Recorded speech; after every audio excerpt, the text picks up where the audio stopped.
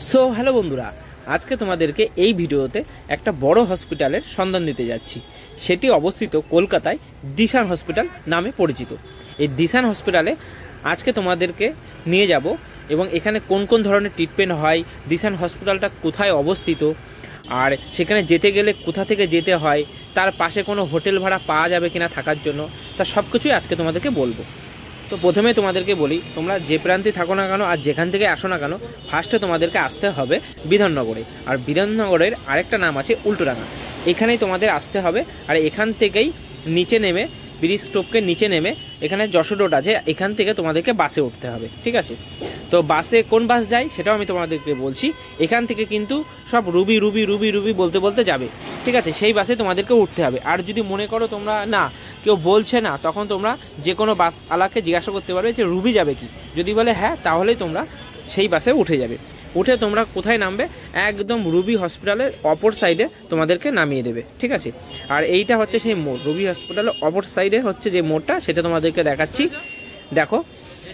আর এইখানে দেখো, তোমরা ফলো করো, লাভ ওয়ার্ড 10, তার পেছনেই কিন্তু লেখা আছে রবি ঠাকুরের মোড়। এই মোড়টাই তোমাদেরকে বাস নামিয়ে দেবে।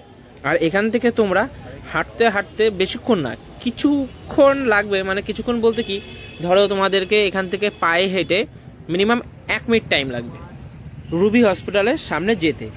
আর রুবি হসপিটালের পেছনেই আছে কিন্তু দিশান হসপিটাল, একদম রুবি হসপিটালের একদম পেছনেই রয়েছে দিশান হসপিটাল।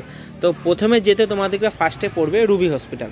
এই যে দেখতে পাচ্ছ, আমরা যেতে যেতে কিন্তু বেশিক্ষণ টাইম লাগেনি, 1 মিনিট টাইম লেগেছে এই রুবি হসপিটালে আসতে, এই মোড় থেকে।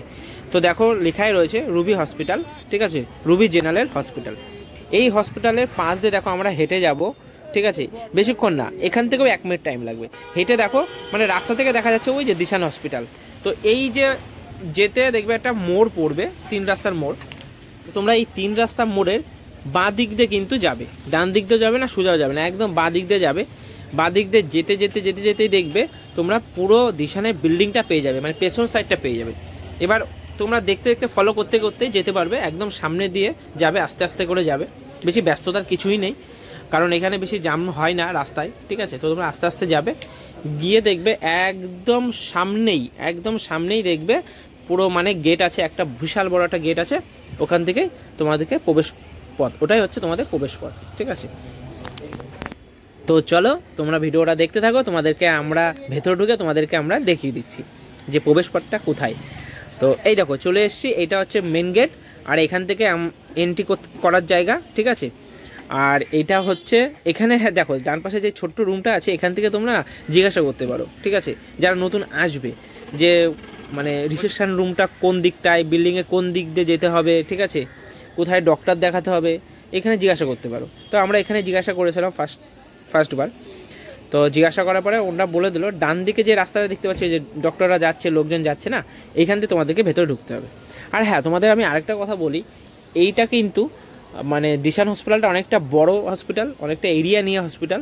তবে এখানে কিন্তু গরিবদের জন্য নয়, এই হসপিটালটা কিন্তু একদমই গরিবদের জন্য নয়।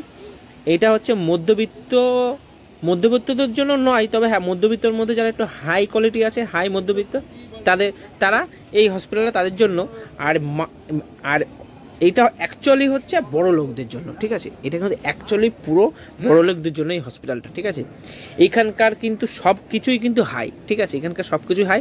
তবে হ্যাঁ, এখানকার ট্রিটমেন্টও কিন্তু অনেক ভালো, ঠিক আছে? এখানে ট্রিটমেন্টও অনেক ভালো, সব নামি দামি ডক্টর আছে, আর এখানে পরিষেবাও খুব ভালো, ঠিক আছে?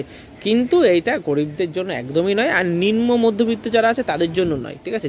যাদের প্রচুর পয়সা আছে, ঠিক আছে, প্রচুর টাকা আছে, ঠিক আছে, শুধুমাত্র তাদের জন্য এই হসপিটালটা। আর ভেতরে কিন্তু ভিডিও করতে একদম অ্যালাউ নেই। আমি কিন্তু অনেক কষ্টে ভিডিওটা করেছি, ঠিক আছে, লুকিয়ে লুকিয়ে ভিডিওটা করেছি।